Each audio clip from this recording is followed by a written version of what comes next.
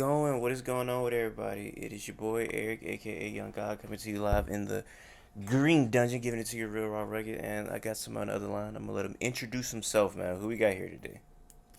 What up, y'all? It's Chris, aka Chris versus myself, and I'm over here to talk to this man right here with this bonnet on his head. He got the big auntie swag. So Hey man, we're gonna get into it later, but I might fuck around. I might need a goddamn one-off bonnet. You hear me, man? I gotta talk about that later, that's man.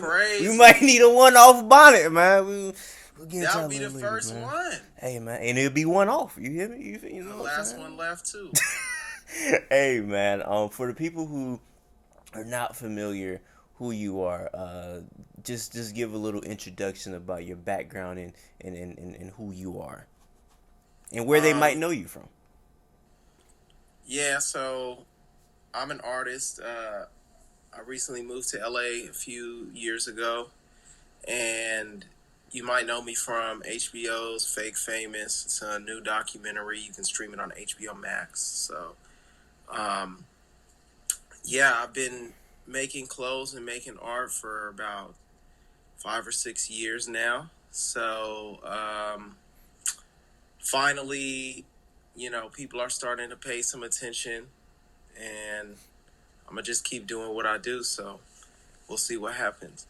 Wait man, let me start from the beginning on how I discovered this documentary and discovered the man Chris himself. All right, tell Uh, me what happened. so usually when I'm eating, I like to throw on some TV. Nothing was on TV, so I go on demand.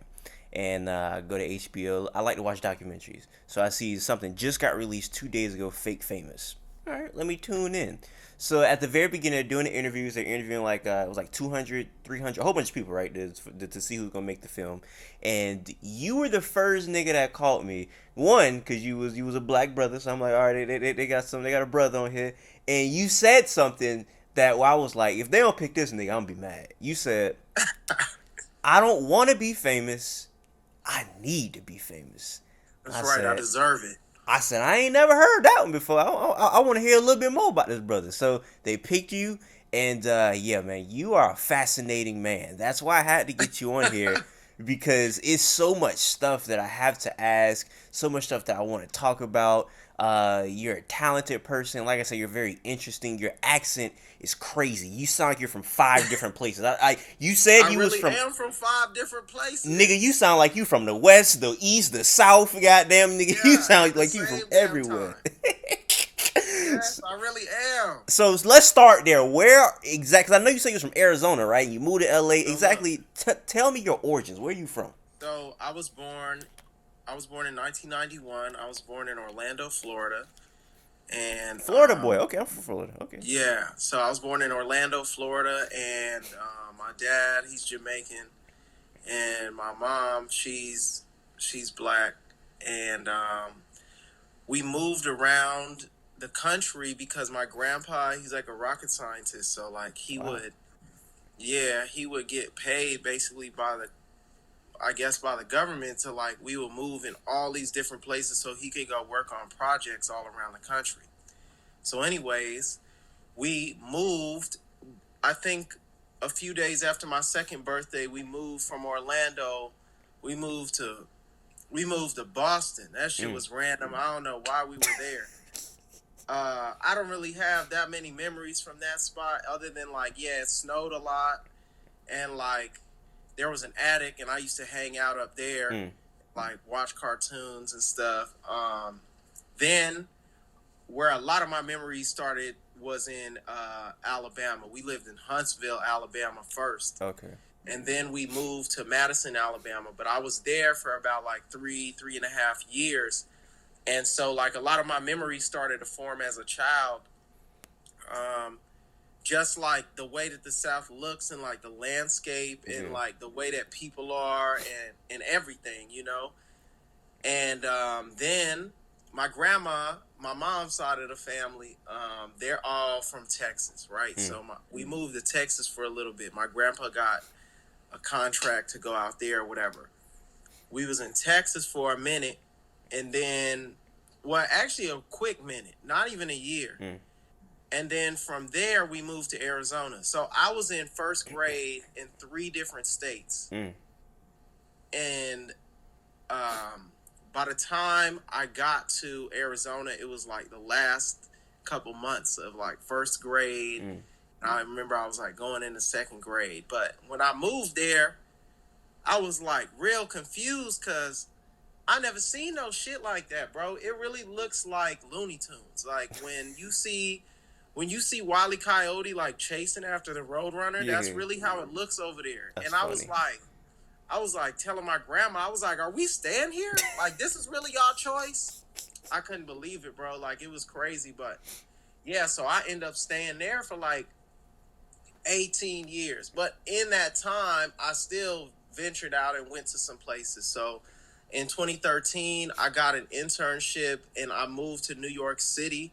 And that's where I would start to like learn how to design clothes and like go down that path. And, music brought me into everything. So, like, because of my interest in music, that's what was the segue into my interest in fashion. So, like, my first internship was for BBC Ice Cream and Rock Nation, which is in the same office. Mm. So I was in Jay Z's office for like 3.5 months in New York City, and my dad was living there at the time. So like that nigga liked to go outside and fucking party and do shit. So we were doing that too. Like I would be at the office in the day and go to the parties at night, and it was a different type of lifestyle compared to what I was used to. So like I really am from a lot of different places because like all of those places took an impact on me. Like especially like New York changed my life.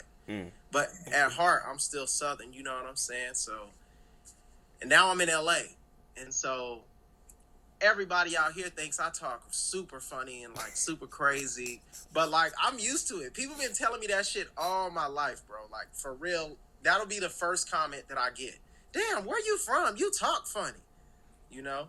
So yeah, that's my journey. That's all the places I've been pretty much Nah, up to LA. that's a fact. I mean, that was one of the first things that caught me. And like I said, you're such an interesting person to me because look, you just started this off by saying my grandfather was a rocket scientist. You said that so Yeah. casual. You said it like I was nothing. Like, yeah, my grandfather was Michael Jackson. But anyway, like, nigga, whoa, your grandfather was a rocket scientist. That's like, I kind of want to ask about that because I feel like that is something like if you come from that type of lineage, you're definitely going to be into different things because I would imagine he had to be a very intellectual human. So Yeah. just being around that, did that influence you at all? Like him being in that Dude, field?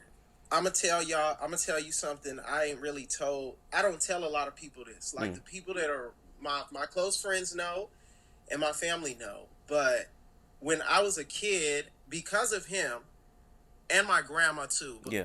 because of him, I was low key like I was a genius when I was a child.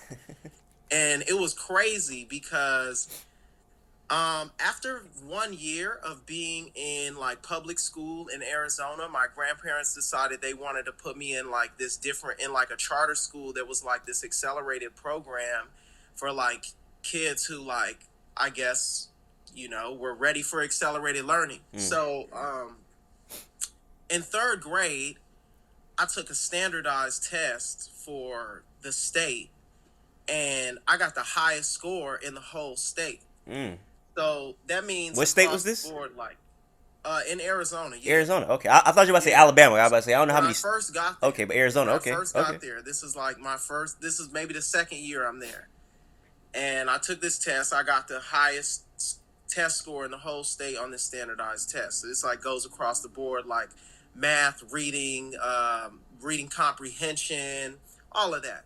So my grandfather is like this dude that he like to him figuring something out is like the fun challenge, Mm. it's like when he's the type of person that will take something apart just to see how it works and then put it back together for fun, you feel me? Mm. So he's very smart.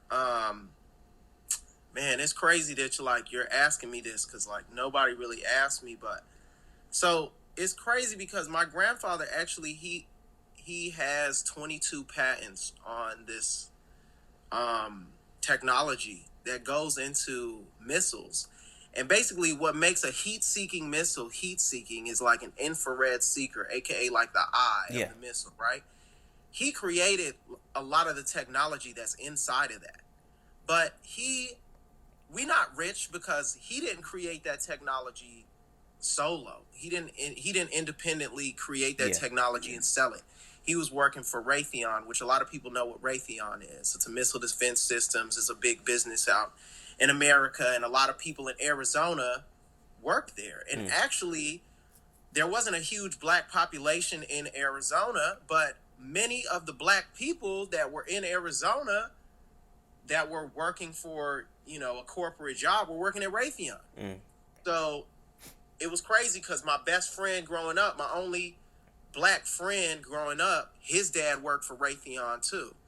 And my only like family uncle that lived in Arizona, he worked for Raytheon too. Mm. But anyways, yes, it had a big influence on me. I remember that we would be on road trips because we were moving all the time, and he would like be driving the car and he would be giving me word problems, like, and I was able to like solve these problems in my mind at like, when I was like 5 or 6, Yeah. like complex math equations. And like, so yeah, it definitely had an impact on me. Like, school was always easy. I never struggled. It was just like, I felt like, yeah, school, you have to do it, Yeah, but man. yeah, it's crazy, man. It's a crazy background. You're just like a genius. You know what's 5 times 5, nigga?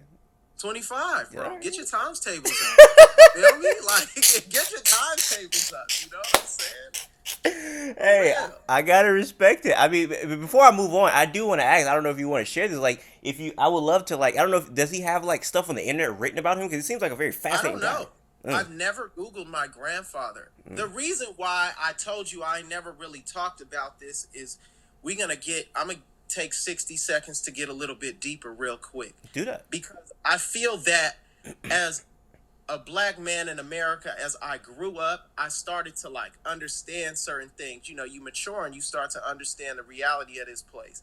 And I was thinking, it hit me. I said, why do we need missile defense systems? Like, Mm. what do we ever need a missile to defend ourselves from? Right? Like, who came over here and we had to shoot them with a missile?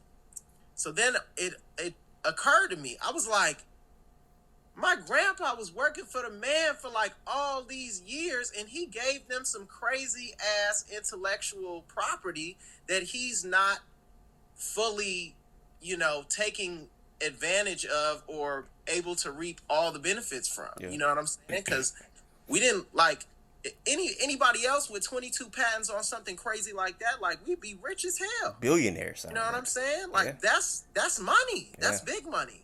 And I realized that recently, and so I kind of started to have this feeling of like kind of like resentment for that company. Although my grandfather was happy, like he tells me like he loved to do what he was doing. Mm-hmm.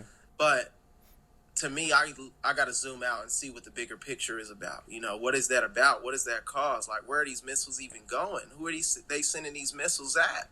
You know what I'm saying? And he's living a regular ass life after being retired. Like, I feel like he should have so much more. You know what I'm I saying? mean, So that's kind of the reason why I'm doing what I'm doing, because I feel that we deserve that. But it's crazy. I've never Googled my grandpa. My grandpa's full name is Theodore Bailey. mm. And if you look up keyword search that name in like an engineer or Yeah. something, you might find something about him.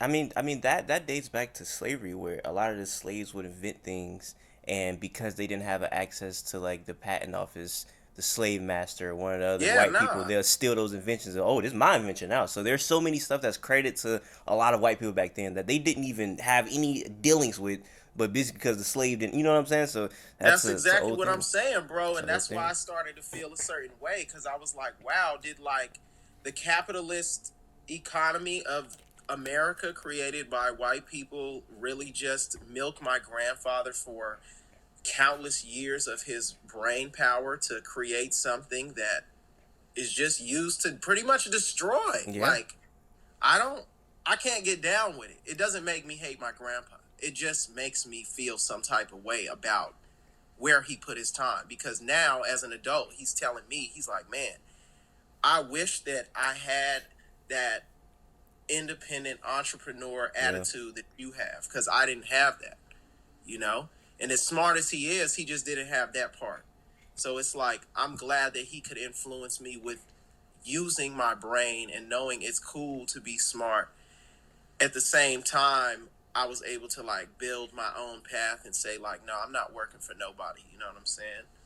And I feel like that kind of transition right into the documentary because we all know white people have a historic background on finessing. And I'm not going to lie, I was mad at you because you had the perfect chance to finesse these white people with all these followers and get all this money, but you was too real, man. He said, "Hey, man, Yeah. it should look too fake for me." So I kind of want to get into that part. So they pick you after your interview. First of all, were you shocked or did you like? No, no, no. First of all, let's before that, how did you even apply for this to So even do like, that?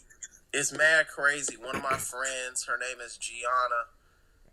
She's a casting director, Yeah. and she's like plugged into like that world, and she just always would watch my story, and she would be like, "Yo, I gotta get you on TV," and I was like, "Bet, put me on TV then. What do I gotta do?" So she was like, "Yo, my friend is working on this production, or she's working on the casting for this production, and I think you would be perfect for it." Mm. And I was like, "Word, what do I got to do?" And she was like, "Well, just come over to my house and like we gon' we gonna make you a self tape." And I didn't know nothing about no self tape. Yeah. I never been to an audition in my life, Mm. so I never even seen the self tape. She made it, she sent it, and then they hit me up and they said they wanted to meet me in person. Mm. So that's the scene that you see when they asked me, "Do you want to be famous?" And I said no, but I deserve to be. Yeah. Um, to be real, bro, I was not surprised. I got to that audition, and everybody in that audition room was like tight as hell, and they looked super nervous, and they were like reading over this prompt 100 times, and I was like, dude, like this ain't acting. Like, Yeah. why do you guys feel like you need to rehearse? Like, I'm about to just go in there, answer a few questions, be me, and be out. I was in the waiting room. Yo, there's a girl that's on that same opening scene, and she's talking about her friend has a million followers, and her lifestyle is very a million I followers. remember that. She's an exotic looking chick, right? Her Mm-hmm. name's Casey. I remember that. Anyways, shout out to her. I was in the waiting room next to her because I saw her and I was like, who the fuck is that? She came in there with a guitar looking like something off of Avatar, like looking like some type of, I don't even know. So I was like, who is you? I started talking to her. And then I made her play me a song right there in the waiting room because I was like, why you got a guitar? You gonna play them a song? And she was like, yeah, I'm an artist and whatever. So she played me a song. Next thing I know, I look up and there's cameras all around me before I even got Mm. inside of the audition room. And this lady was like, yo, you're the one that we've been looking for. So apparently like they must have like been watching my self tape and been waiting for me to come Yeah. through. So I wasn't really surprised after I put all those pieces together. You know what I'm saying? The reason why it happened like that is because nobody knew what was about to happen. Nobody knew what that social experiment was. Mm-hmm. Nobody knew what it was. Well, We were just told it's did, about Instagram. I We was didn't know yet. did, We did didn't know yet. did you know it was going to be on HBO or you just knew it was going to be on TV? No, we didn't know it was going to be on HBO, nothing. Okay. It's Okay. just, when those things go out, they don't give you all those details. You know what I'm saying? Yeah. They just tell you, like, we're looking for these kind of people, if, whatever. Yeah. So, based off people always telling me on Instagram, like, oh man, like, you're so entertaining to watch. That's why my friend was like, I feel like you perfect for this. So, basically, I had no clue what this social experiment was Mm. until the first day we actually met after they chose me and they sat down when they brought out the contracts and whatever, and they basically explained what it was.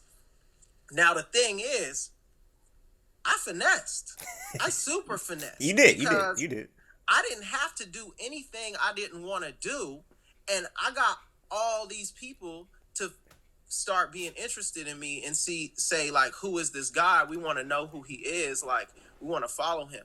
The difference is I actually have a product. Mm, I didn't need to get people to send me stuff, right? mm, I knew I was going to accumulate real followers, which mean real dollars. yeah. So like these people who follow me, the night that the HBO debuted the documentary, my website sold out because I already Mm. knew what was going to happen. Like I knew that they were going to buy those T-shirts up, so I was like, dude, I'm not worried about it. Like I'm finessing. Literally, I've gotten the craziest invites, offers, DMs, shout outs from I people want to that. get to that. Hold on, hold on. I want to get. I want to get to that. Before we All get to right, that, all though, right. I see you got the one-off shirt. I don't know if you got some one-off clothes with you right now, but I want you to show to the I got a people. bunch. Please get some. I just want you to show to the people real Okay, quick what you hold got. on. You know what I'm saying? They ain't never seen it before, so I'm gonna All talk right. while you walking off. You know what I'm saying? You got the niggas got a one-off snowboard right there. I think that's a skateboard. But Oh, that's a he skateboard. going Yeah, crazy, man. he my going boy made me crazy. that. Yeah. That's hard. Yeah, That's man, hard. we've been doing art for years, bro. Like this brand is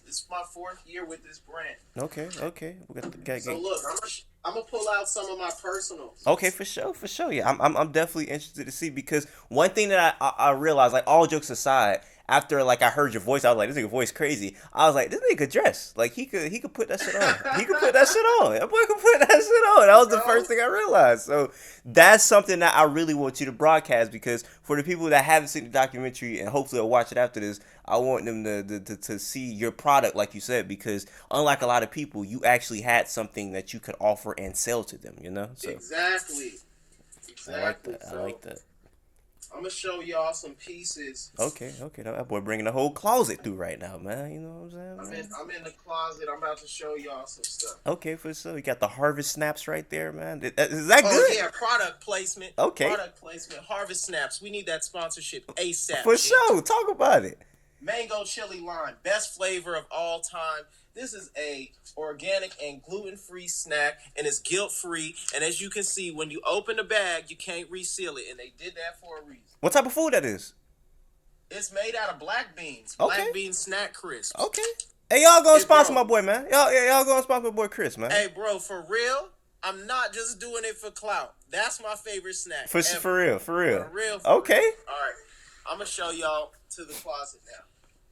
All right, so I got some personal ones that I pulled out. So like something that I collect is like T-shirts like this. So Okay. like Bunsen and Beaker, Muppets. This is like one of my newer favorite joints. This shirt right here. This one made it on the dock. This one's famous. I like that. This is the Energizer Bunny promo. This one's sick. Let me see. Also, like any type of like old merch. This is a Camel cigarettes. I got the no smoking bedazzle Alright. on there. I love this type of stuff. That and Marlboro. I got Marlboro boxes, T-shirts in these boxes, dead stock from like '94. Wow. Let me show y'all some other stuff. Wallace and Gromit, obviously, same kind of thing. Ren and Stimpy, if you had to sneak and watch this show when you was a kid in the 90s, like me, you know what this is about right here. This is a disgusting show. Then, like, this is a personal piece. I got this from, like, an actual Wu-Tang concert. So, like, this is official Wu-Tang merch. And then I put my own little twist on it. Let's see. I'm going to show y'all a couple more. We got like some super vintage Harleys, Harley Davidson. People really fuck with the Harleys, so Okay. do that. For sure. I seen you had a pair of shorts on your shit, like some pink shorts. You got them with you right now? You know what I'm talking about? Some pink shorts. There was some pink shorts, and they had like. Let me go back on the one-off page real quick. Hold on. Oh, Yeah, they you got keep like looking. roses on them. I'm gonna go look real quick. Hold on. Give me 1 second. I should have pulled this off. Let me see. We got the one-off. It's these right. Hold on. I'm gonna find them. These right. Shit, why can't I find them bitches? Well, shit, all these shorts is hard. Like the Playboy shorts, I see these right here. What Yeah. else you got? Oh Like yeah, those are crazy, bro. those are crazy. Yeah, those We those are love crazy. like NASCAR Yeah, like them merch, right there. Yeah, yeah, yeah. That's NASCAR hard. towel. That's This is a what type of towel. fabric is that? It's a towel. Oh, it's a towel. Yeah, so we turn these into shorts. I'm gonna show y'all a couple more real quick. This is a vintage Dennis Rodman jersey with the champion on it. Mm. Back when Champion was still doing the NBA merch. Dennis Rodman, real beat up on the back. Um, Yo, if y'all know who this is, when we was kids, that boy Fred Durst off Limp Bizkit. This red New York hat, that's why I fuck with him. But anyways, just like For stuff sure. that is nostalgic to me, you know what I'm saying? Um, I also just like collect vintage stuff. So like this shirt right here, this is when Tiger Woods first won the championship. New Masters, first black champion. I seen people sell this shirt for like $1,200, but Mm. I'm gonna keep mine for a little bit. I'm gonna just show y'all a couple cut and sews. The Wizard of Oz jacket. This is like a famous jacket Ooh, now that's crazy. Hold on, with now their legs on the back. that's crazy. You see that? I love this jacket right That's here. crazy. Made this off a Wizard of Oz blanket. How much is that going for? Man, I don't know. We might have to put it in a museum to be real, Chief. Ooh. Oh, you got the Shirley This is Temple? the first tapestry that we made. So we made this. I made this over a year ago, before a lot of people started doing this. So like this one, it's just pictures of her face all over it, and then her legs on the back, and then we got the embroidery on the back. It's real nice. So that was like my first blanket piece, and then we just got I got normal stuff in here. My work jackets. People know me for wearing these. My name's on it. My work jacket embroidered on the back. Yeah, that's You know what I'm hard. saying? That's hard. I ain't gonna hold you to Dickie. That's hard. I got a couple of them. Switch it up on them. You know what I'm saying?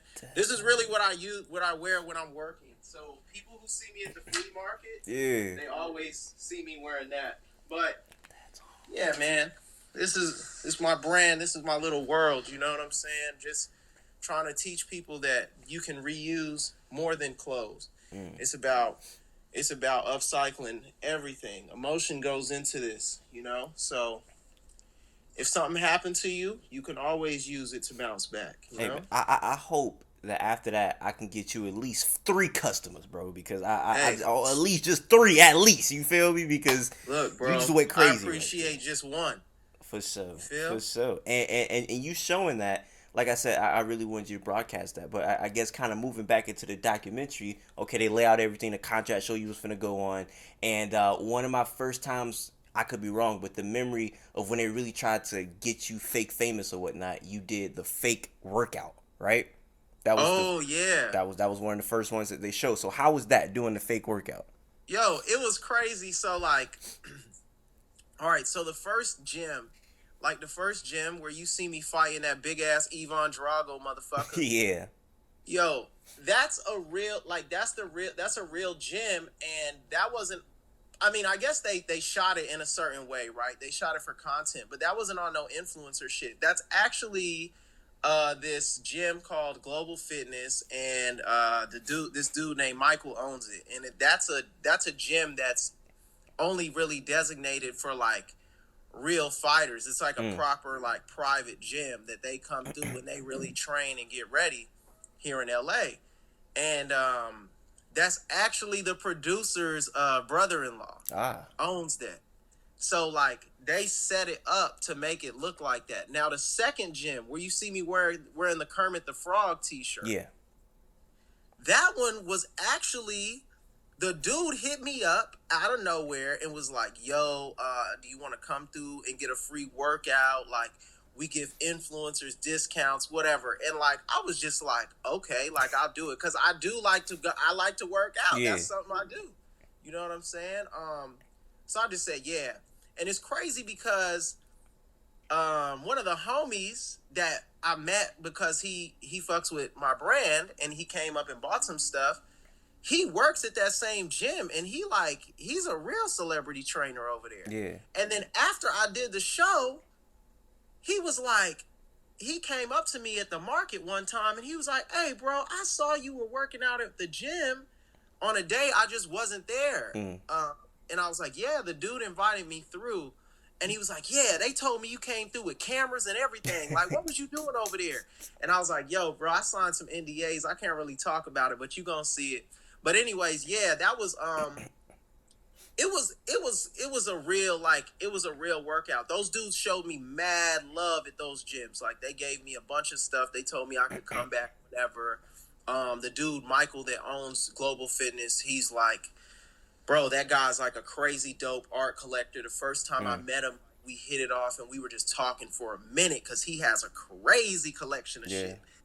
And then yeah, man, it was just, that was pretty much it, because they were like, "What are you willing to do? What are you willing to do?" And I was like, I'm not really like a fitness nigga on Instagram, but like, I like to work out. Yeah. So like, I'll go work out if they want to send me an invite to a gym, you know what I'm saying? But like, it wasn't, it was just, it was pretty much just staged, that first one. Well, but what was Feel me? interesting about the first one, out of all the fake photo shoots and whatnot, that gym thing you did, like not the one you got for free, but the first one they set you in.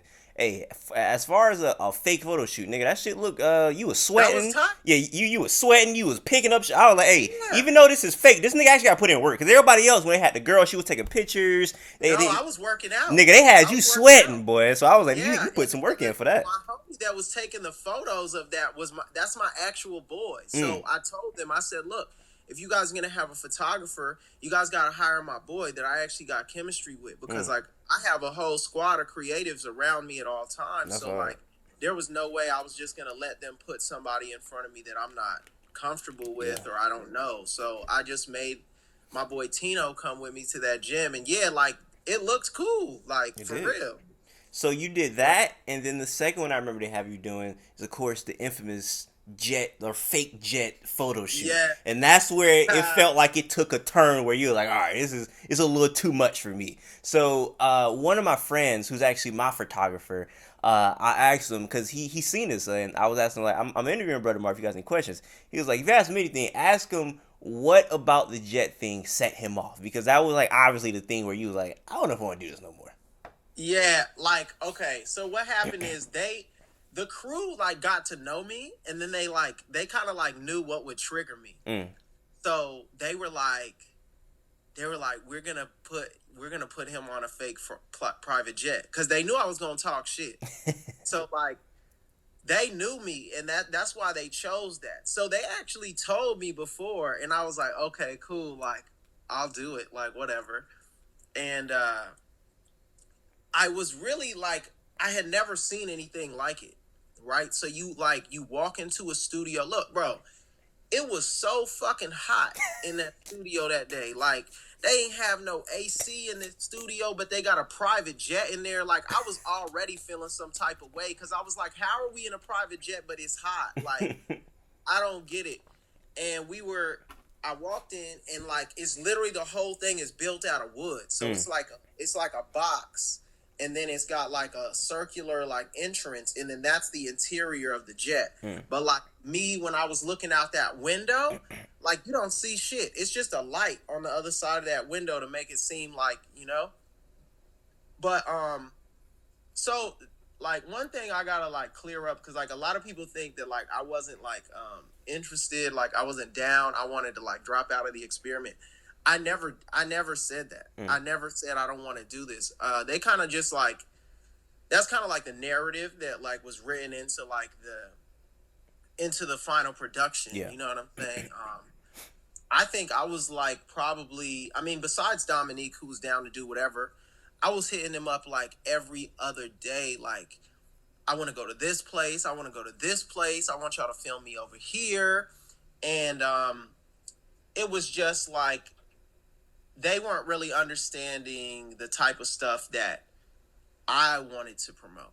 Mm. Right? I want to promote things that I actually want to do in the future. So it was like, they didn't really take that many clips, but there's a clip of me, like, I'm like climbing onto like a bed and like posing up. That's at that's at this art exhibit called 29 Rooms, where they Mm. take 29 rooms and they make all of them different. That's hard. And then you walk around and check them out. And that's like something that I like. That's something that I want to do in the future with my art collective, is have an exhibit for Yeah. people to come through and have a good time. So I said, look, I don't know if they're looking for influencers, but you want me to promote something? Take me to something I'm actually going to have a good time at. You know what I'm saying? And so they were taking me around, and I think it was just tough for them. I'm getting a phone call. It was just tough for them to figure out exactly how to market me. Now, where Don was like they were sending her all types of stuff. You know what I'm saying? Like, hey, bro, I'm not trying to sound no type of way. I have taste. Like, Mm. I have real taste. Like, if you send me a pair of cheap ass sunglasses, I'm probably not gonna flick up and shout you out. Like, I'm just being real. Nah, for Like, sure, I'm for just sure. being real because like I'm really like I'm a designer and I'm really like an artist, so like I understand quality. I can feel it. Like, I know like good product. I Yeah. know products that deserve to be shouted out. But as far as me, I'm an artist, so I wanted to promote only brands that empower artists. You feel me? Because something that people need to understand about influencing, and many influencers, as we know that term, influencer on Instagram, is essentially you become the product, right? Mm. A brand has a social media budget, and they say this person has X amount of followers. We're going to use them to promote our product, right? So they just turned you into a billboard. Yeah. You right?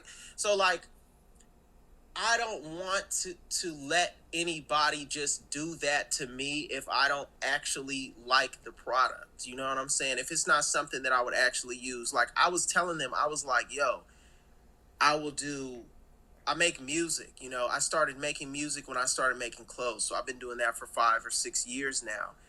And I was like, if you guys can get any brands that are into like sending people equipment to play around with, like I know I can make some dope shit. I told him like I'll promote Ableton. Like I really have those products like in my room. Like this is my girlfriend right here, bro.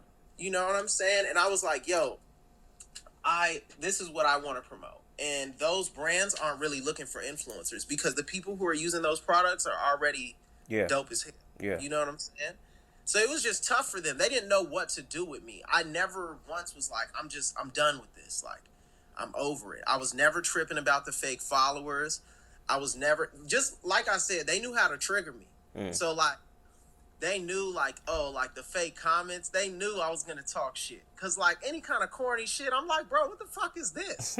Like my boy's gonna roast this, Yeah. like for sure. So like they knew. So like when I'm reading the comments and I'm sitting in my room, I'm talking to Nick, reading the comments, like they just knew, like they knew what was gonna trigger me. So like they were just doing stuff like that. The private jet was another example of that. But people rent that jet out for $49 an hour to do photo shoots and whatever else, which I can't fathom that. That's crazy to me. Like, That is crazy. bro, don't let me find out you was in a fake private jet. Don't let me find out, because we got an infinite amount of jokes for that ass. Oh no, it's Boy. over. It's over. It's over. And you flexing on the gram like big boss nigga on the jet. So you know what I'm saying? Yeah, it's over for you. Bro. We got the jokes for you, dog. And it's crazy because the same way they had Dominique going to like places and going like she did that like trip or whatnot. I wanted them to have you at like I don't know somehow in the club with Quavo or some crazy shit like that was my vision for you. Yeah. But to kind of go on something you were saying, which I said I want to touch on later. You were saying all these people been hitting you up. It seems like that's kind of almost happening at this point because I was looking at your story yesterday and I seen you got a follow from Virgil, which I was like, okay, that's interesting. So I kind of want to talk about that and who else or if anybody else has came in contact with you and hit you up. So, yeah, Virgil, it's a crazy thing because, like I said, I was an intern, BBC Ice Cream. Mm-hmm. There's a dude named Christopher Bevins. He was a creative director of BBC Ice Cream at the time, and This is a guy who was on the college dropout tour with Kanye West. This is the guy that created Kanye's first his first silhouette for Nike, and he's an OG. He's a big G in the game. And at the time, Virgil was starting to pop off with Pyrex. Yeah. I'm walking down the street in New York City one day. I see Virgil. I'm just knowing because I follow all these dudes. And Virgil is a tall ass nigga in real life. So I'm seeing him. There's not too many people in the street. I'm seeing him. I'm like, oh shit, that's Virgil right there. I go up to him. I start spitting. I'm like, yo, what's good? Like, I'm working for Chris Bevins right now because I know all these dudes is fam. So I was like, yo, I'm working for Chris Bevins right now. I'm an intern at BBC Ice Cream, and like, I need some Pyrex merch, and like, I was just talking to him, whatever. So this is way before the one off and all that. So he followed me. I've been trying to get his attention for a minute now, right? And he followed me, and immediately he DM'd me and was like, yo, and we started having a conversation. I'm not gonna flex that, but we're in contact. So that was tight because, to be honest, like, I didn't really need nobody else to like co-sign, like, as far as like my path in what I'm doing. I don't need that's the biggest person that could Do that. find. Yeah. I said, how'd you find me?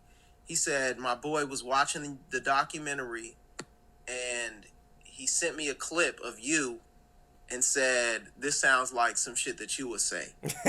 And then he followed me in DM.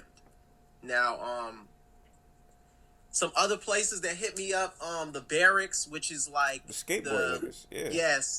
Yes. They hit me up and they were like, yo, like, come through. Like, you kept it mad real on the documentary. Like, we love to meet you. That was tight. Yo, some actors. I don't even know, like, who he is. Hold up. But I was literally just DMing him, and he famous as hell. What was his name? He hit me up. Let me see. I'm looking for you right now. Hold up. He hit me up and he was like, yo, bro, like, just shouted me out for the doc, and he was just like, yo, like, I love what you're doing. And I was like, word, well, I would love to get you some pieces. Dude, where is this guy's DM? Also, my DM is so crazy now. Yeah. So I gotta find this guy. He got a blue check, right? Yeah, of course. You scroll till you see the blue check. He's on a bunch of shit. Scroll till you see the blue check. Yeah. Hold on, I got you. I'm about to find him right now. He said he famous as hell. Famous as hell, bro. For Gavin Leatherwood. Dude. Let me look him up. He's an actor, and he's on so much stuff. And he reached out to me and was just like, yo, I'm fucking with you. And I was like, cool, that's what's up. Like, yeah, this nigga look like he famous, so yeah. Right? Yeah, right? He's got the look. Real Hollywood look, right? The co-host on the D.L. Hughley show. Wow, okay. I think her name is... What is her name? I don't know her name, but I know exactly what you're talking about. Yeah, light-skinned lady. Yeah, light-skinned lady, yeah. Uh-huh, yeah. She followed me. Man, I know I'm missing some, but hella people hit me up, bro. And you know what's crazy? This documentary is so new that this is probably just the beginning. Like, there's so many people that are going to see this, like, just saying, like, spring break time. Nigga just sitting at home chilling. Let's see what I'm going to find. There's so many people that haven't seen this, that are influential, that's going to see this. What has been out, like, 2 weeks now? Like, 2-3 weeks? Yeah, it's like 2 Super weeks. brand new. So, you ain't even probably seen the tipping point of who going to see it yet. Right. So, yeah, you definitely start getting... What's the brand name again? What's the brand name that you were shouting out? The food? No, the food. The food shit you just... Oh, Harvest Snacks. Harvest Snacks gonna see the motherfucker. I'm telling you, bro. You go... Mango, chili, lime, Harvest Snaps. These are my favorite ones. This is the most slept on flavor.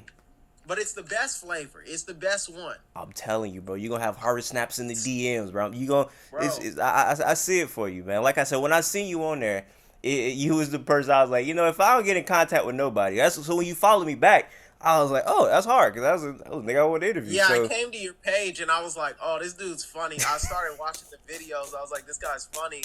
So when you hit me up, I was like, yeah, I'm down. Like, I'm down to do a little Q&A with you. for So sure, and that's that's what what's up, man. I appreciate that, and I really know that whatever come for you is gonna be good things. So I don't want to keep it for too long, man. If you got anything else that you want to say to the people watching, man, let it be known.